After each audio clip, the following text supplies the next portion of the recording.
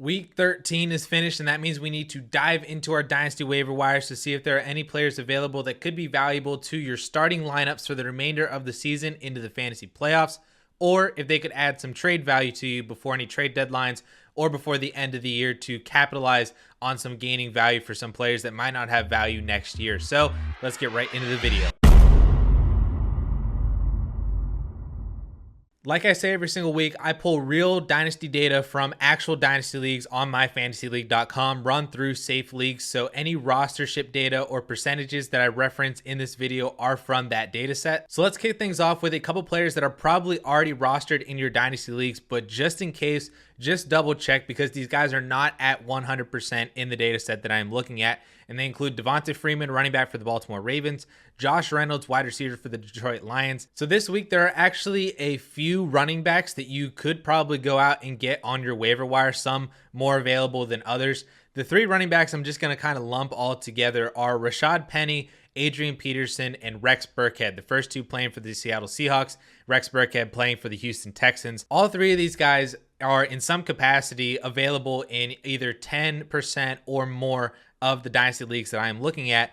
And so they are all definitely worth an addition. I think they definitely deserve a roster spot.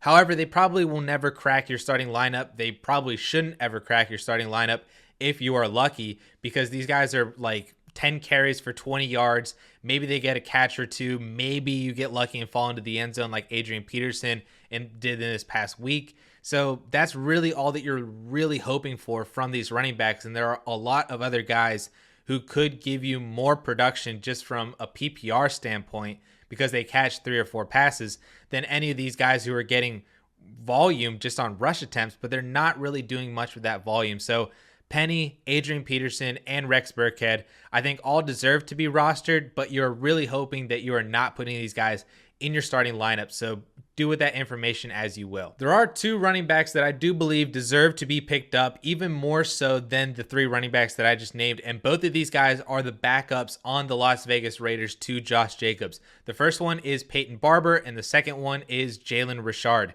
Peyton Barber is actually more rostered in Dynasty leagues, upwards of 40% rostership, whereas Jalen Richard is sitting below 10% rostership from the data that I'm looking at right now. So both these guys could definitely be available in your Dynasty leagues, but more often than not, it's going to be Jalen Richard. And if I were to actually prioritize one of the two, it would be Jalen Richard, because Kenyon Drake left with a leg injury. It's going to be season ending for him. So if there was going to be a player on the Vegas Raiders backfield that takes more of the Kenyon Drake role, I believe that that would be Jalen Richard, who has shown more as a pass catcher than what Peyton Barber has, whereas Peyton Barber is much more of the direct replacement to Josh Jacobs. Now, I definitely do think that both of these guys are worth rostering and picking up right now, because there could be an opportunity that both of them have a chance to start or get some sort of meaningful snaps and opportunities in a game throughout the rest of the year, especially because Josh Jacobs has not been the perfect bill of health either over his entire career in the NFL.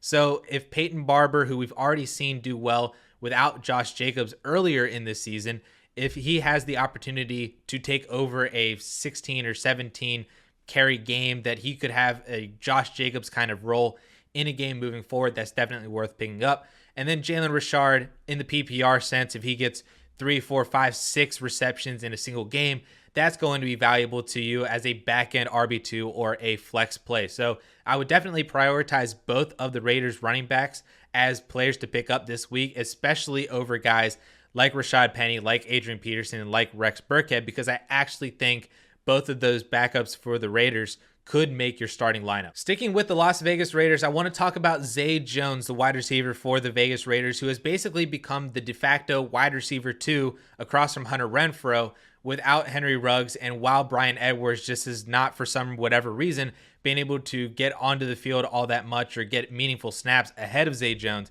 It has been Zay Jones over the past 2 weeks. He had 7 targets last week, 5 targets this past week, and it's actually kind of been decent in the opportunities that he has gotten overall from Derek Carr. In this past week, Zay Jones ran more routes and had more snaps than Bryan Edwards. So we're definitely seeing that over the past couple of weeks that he is taking a stranglehold on this wide receiver 2 spot over Bryan Edwards. So I think as the season concludes here, when we move forward, it's going to be more Zay Jones as the wide receiver 2 with Hunter Renfrow. And also with the opportunity that he has without Darren Waller being available, that opens up more for the target share that could be present for the other wide receivers. And I know that we saw in this past week, Josh Jacobs had like 9 receptions.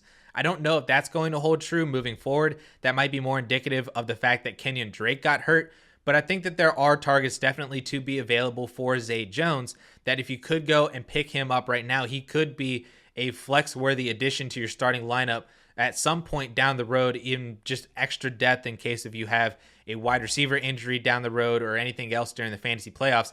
Zay Jones could be a spot starter for you in the flex spot. And the Raiders are definitely a team that are going to have to continue to compete. They're going to have to continue to throw because the remaining schedule is the Kansas City Chiefs, Cleveland Browns, Denver Broncos, Indianapolis Colts, and the LA Chargers. So they're going to be in games that could potentially be in shootouts.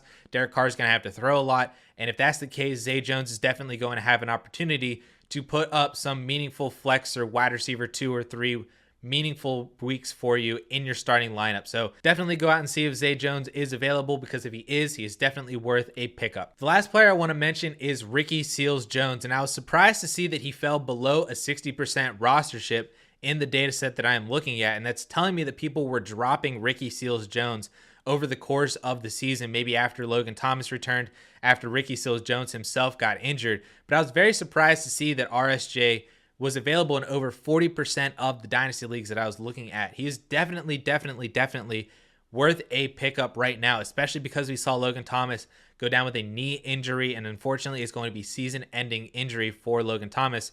So Ricky Seals-Jones slots right back into that tight end 1 role that we saw Logan Thomas have, that we saw RSJ have earlier in the year whenever Logan Thomas was on IR, and that made him very valuable, basically a tight end 1 every single week. So that is the role that Ricky Seals-Jones is coming back into, and I think that that is going to be a major help to a lot of fantasy playoff teams that are in contention for titles this year. If you can just pick up this type of tight end off of the waiver wire and start him over maybe some of the other guys that you had, or maybe even start him and as a second option at the tight end, and you have him in your flex if you have somebody else great in the tight end spot already. I think Ricky Seals-Jones could be fantastic, and if he's available on your waiver wire, you need to pick him up, because this is a basically surefire tight end 1 for the remainder of the year whenever he himself comes back from injury. To close out this video, I made a very small list of players that could be considered really deep stashes in deep leagues, or players that could be added if you're looking for more of a 2022 aspect,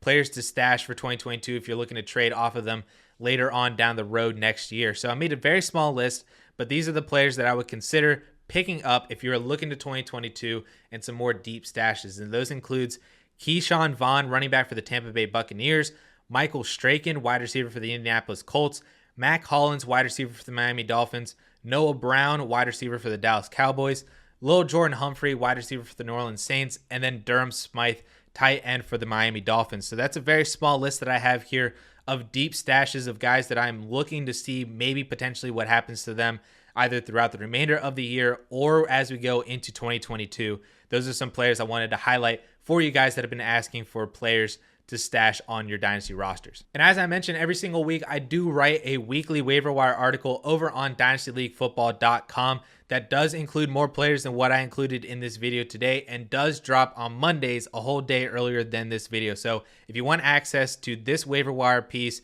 a whole day earlier with more players, as well as all the other amazing stuff that we have over at dynastyleaguefootball.com, including all the amazing articles from the DLF writing team, tools, rankings, ADP, all that amazing stuff. You can sign up and become a DLF Premium subscriber to gain access to all of that awesome stuff. The link is down in the description if you guys want to become a part of the DLF team. And if you'd like to see a recap of all of the slate of games from Week 13 in a Dynasty standpoint and perspective, you can click right up here and watch that video. And with that all being said, guys, thank you all so much for watching. We'll catch y'all later.